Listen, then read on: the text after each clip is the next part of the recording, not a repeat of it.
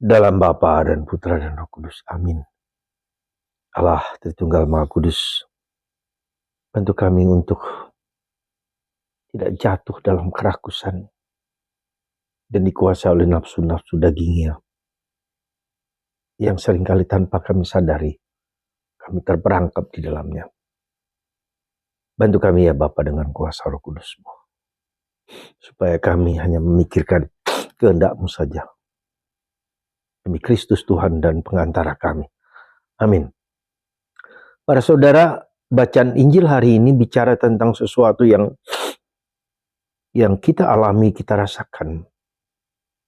Bagaimana Yohanes Pembaptis mengkritik Raja Herodes yang mengambil istri dari saudaranya sendiri, Herodias. Dan karena kritikan yang tajam inilah maka nyawanya, kepalanya dipenggal. Lagi kepalanya dipenggal.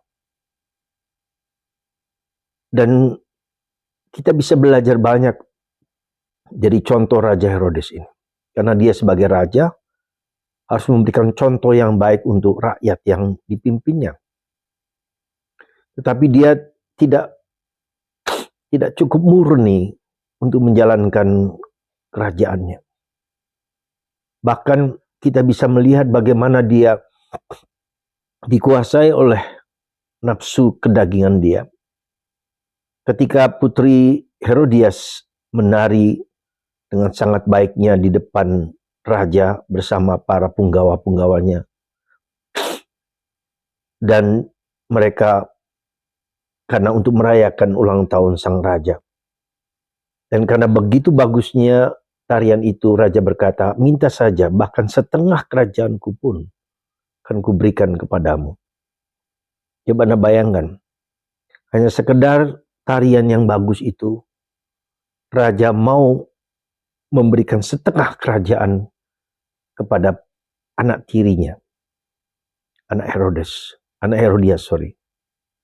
Dan lebih daripada itu, anak ini ketika tidak tahu apa yang harus dibuat, minta kepada ibunya Herodias. Meminta apa? Lebih ngeri lagi Herodias. Dia mengatakan, aku minta kepala Yohanes Pembaptis yang telah dipenjara.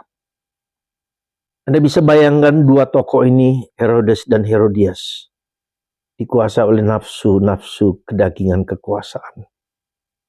Dan menghancurkan musuh-musuhnya dengan memenggal kepala. Dan itu bisa kita lihat dalam dunia politik yang sekarang ini. Ketika musuh-musuh seorang raja, seorang presiden, seorang perdana menteri dipenjara dan meniadakan musuh-musuh itu.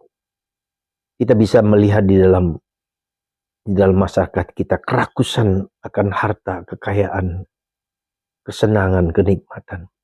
Dan menghancurkan orang lain. Ketika presiden itu menjadi otoriter,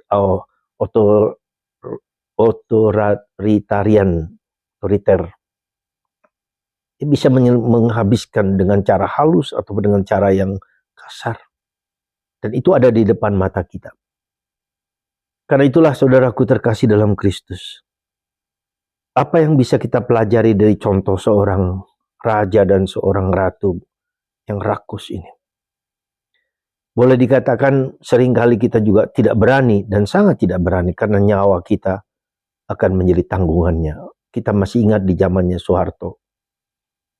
Kita masih ingat ya di akhir-akhir ini ya di zamannya Jokowi yang meskipun sangat halus, tetapi seringkali orang yang tidak sependapat juga ditiadakan dengan cara-cara yang sangat lembut dan halus. Mungkin tidak ditiadakan, tetapi nasib hidupnya, ekonominya juga menjadi tanggungan.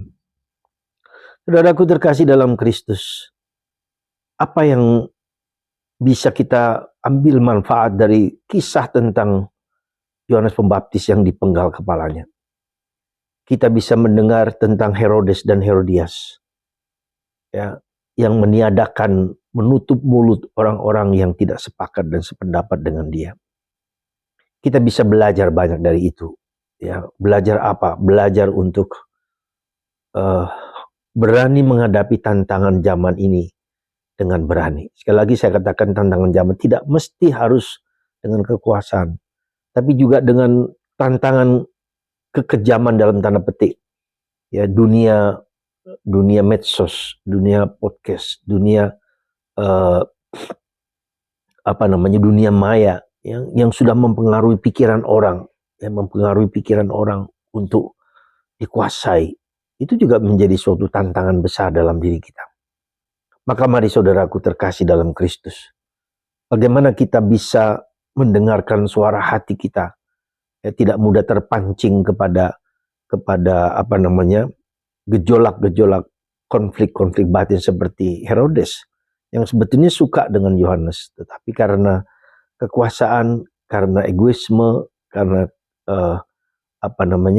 kerakusan, maka dia berani mengorbankan hati nurani. Di zaman ini kita butuh hati nurani yang kuat untuk melawan segala sesuatu yang bertentangan dengan kebaikan. Itulah pelajaran kita yang berharga. Sekali lagi, belajar untuk mendengarkan hati nurani dan taat kepada hati nurani. Lakukan yang baik, hindari yang jahat di dalam apapun. Di dalam menghadapi kekuasaan, dalam menghadapi godaan, dalam menghadapi apapun. Lakukan yang baik, hindari yang jahat. Semoga Tuhan menguatkan kita dalam pilihan hidup yang tidak mudah ini. Tuhan memberkati Anda dan saya. Semoga Anda dan saya dipakai Tuhan untuk mewartakan kebenaran, kebaikan, dan kejujuran. Bapa, Putra, dan Roh Kudus. Amin.